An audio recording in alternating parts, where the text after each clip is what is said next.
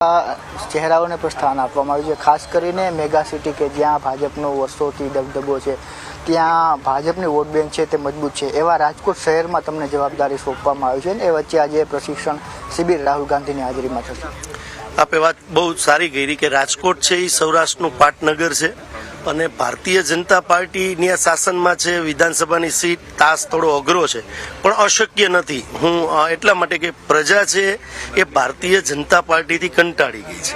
પ્રજાના જે પ્રશ્ન છે એને વાચા આપવા માટે રાહુલ ગાંધીએ જે તાસ આપ્યો છે કે લોકોના ઘર સુધી પહોંચવું, લોકોની વેદના જાણવી અને એ વેદનાઓને વાચા આપવા માટે એગ્રેસિવલી તમારે આંદોલન કરી અને લોકોને એક ભરોસો બેસે કે કોંગ્રેસ છે એ અમારા માટે અમને સાથે લઈને રોડ ઉપર ઉતરી છે. ચાહે લાઠીચાર્જ હોય પોલીસ સામે, ચાહે કમિશનર સાથે એગ્રેસિવલી દેખાવ કરવાનો હોય કે કલેક્ટર સામે કરવાનો હોય, પણ લોકોના જે પ્રાણ પ્રશ્ન છે એ પૂર્ણ થાય. માત્ર આવેદનપત્ર નહીં, જે ઇસ્યુ ઉપાડી તો એનું રિઝલ્ટ પણ પાર્ટી દ્વારા, કોંગ્રેસ પક્ષ દ્વારા લોકોને આપવું છે. આ જનુનતા સાથે અમે રાજકોટમાં ઉતર્યા છીએ અને સંપૂર્ણ મને ભરોસો છે, સંપૂર્ણ અમારી કોંગ્રેસની વિચારધારા ઉપર ભરોસો છે અને જે રાહુલ ગાંધીએ અમને લોકોને જે તક આપી છે, અમારા ઉપર જે વિશ્વાસ મૂક્યો છે, તો અમારી નૈતિક જવાબદારી થાય છે કે રાજકોટની અંદર ભારતીય જનતા પાર્ટીનો ગઢ આપ્યો છે, એ ગઢને તોડવાનો સંપૂર્ણ ભરોસો રાહુલ ગાંધીએ કોંગ્રેસ વતી પ્રમુખ તરીકે અમારી ઉપર મૂક્યો છે. અમે તાકાતથી લાગશું, બૂથ લેવલે હોય, સંગઠનમાં હોય, આંદોલનમાં હોય, સારી રીતે અને લોકોને એક ભરોસો બેસે કે ભારતીય જનતા પાર્ટીથી લોકો ત્રસ્ત થઈ ગયા છે અને બીજા વિકલ્પ તરીકે કોંગ્રેસને પસંદ કરે. એ કામ અમારે કરવાનું છે, એ અમે કામ કરીને રહેશું.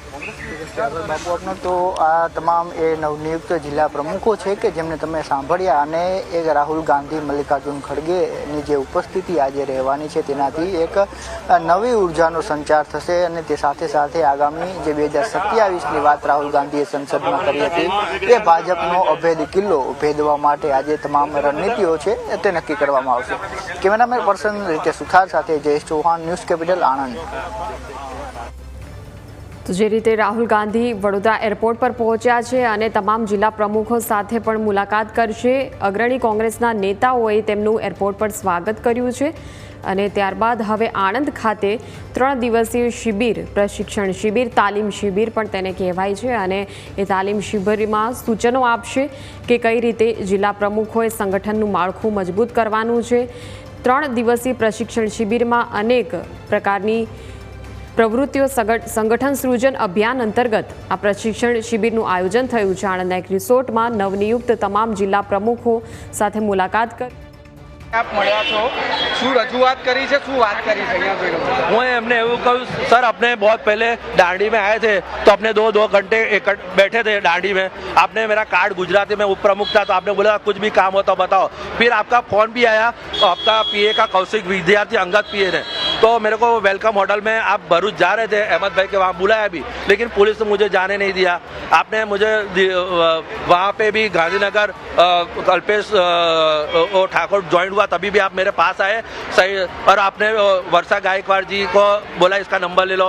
फिर वापस आपने बुलाया लेकिन आपको मिलने ही नहीं थे. फिर आपने मेरे को यहाँ बड़ोड़ा भी बुलाया था, रेसको टकली सर्कल, लेकिन वो लोग तो कि आप डरो मत, मैं आपके साथ हूँ, मैं आपको पर्सनल मिलूंगा और मैं आपको मेरे आदमी को बोलूँगा लेने आएगा. कांग्रेस में अंदर की नाराजगी है, એને લઈને પણ આપણે રજૂઆત. मैं कहूँ ना, मेरे को हमारे जैसे सच्चे कार्यकर्ता जो लड़ते हैं, हमारा तो जब नौकरी धंधा जॉब सब चला गया सर, और हमारे को बहुत डर है. लोग जब भी कोई बड़ा प्रधान को आता है तो हम रजूआत करने जाते हैं मुख्यमंत्री को, तो मरवा नहीं देता बड़ा प्रधान ने, मुख्यमंत्री ने. तो मेरे को हमको बहुत डराते हैं, पुलिस धमकाते हैं यहाँ की सरकार. तो हमको तो कि आप डरो मत, हम आपके साथ हैं, मैं आपको फोन करता हूँ, आप मिलने आ जाना. कांग्रेस ने એની नेतागिरी से વડોદરાની એને લઈને કઈ ફરિયાદ કરી આપે? मैं कहूँ, मेरे को जो लड़ाई है कार्यकर्ता हमारे जैसे, वो लोग को आगे लाओ. अगर कांग्रेस में सरकार गुजरात की बन सकती है, बड़ोड़ा में मेयर बन सकता है, लेकिन सच्चे आदमी को आप आगे लाओगे सर तो काम होगा. સાચા માણસને આગળ લાવશો તમે કોંગ્રેસમાં લડાયકને તો કોંગ્રેસની સરકાર બનશે. તમારા મતે વડોદરામાં કોંગ્રેસ ક્યાં કાચી પડે છે? આંદોલન અમારા થાય છે પણ બધી જગ્યા હવે બીજી પાર્ટીઓ ઘૂસી ગઈ. તમે જો બીજા મુદ્દા તો કોંગ્રેસ જ બધા આંદોલન કરવા પડે, કારણ કે કોંગ્રેસ થોડું ઠંડુ થઈ ગયું છે, ના ચાલે. બધા બહુ મુદ્દાઓ છે તો બીજી પાર્ટી જોતા રહો ધીરે ધીરે ઘૂસી ગઈ. તો એ કામ આપણે કરે. હું કરું છું આંદોલન પણ સપોર્ટ નથી થતો, આપણી પાર્ટીએ કરવા. તો જે રીતે આ કાર્યકરે કહ્યું કે જો સાચા માણસને આગળ લાવવામાં આવે તો કોંગ્રેસનું એક નવસર્જન ગુજરાતની અંદર થઈ શકે છે. આણંદના રિસોર્ટમાં નવનિયુક્ત જિલ્લા પ્રમુખોની શિબિર છે, ત્યારે જોવાનું રહેશે કે 3 દિવસીય આ શિબિર બાદ હવે સંગઠનના લેવલે કેવા પ્રકારના ફેરફારો કોંગ્રેસ કરી શકે છે.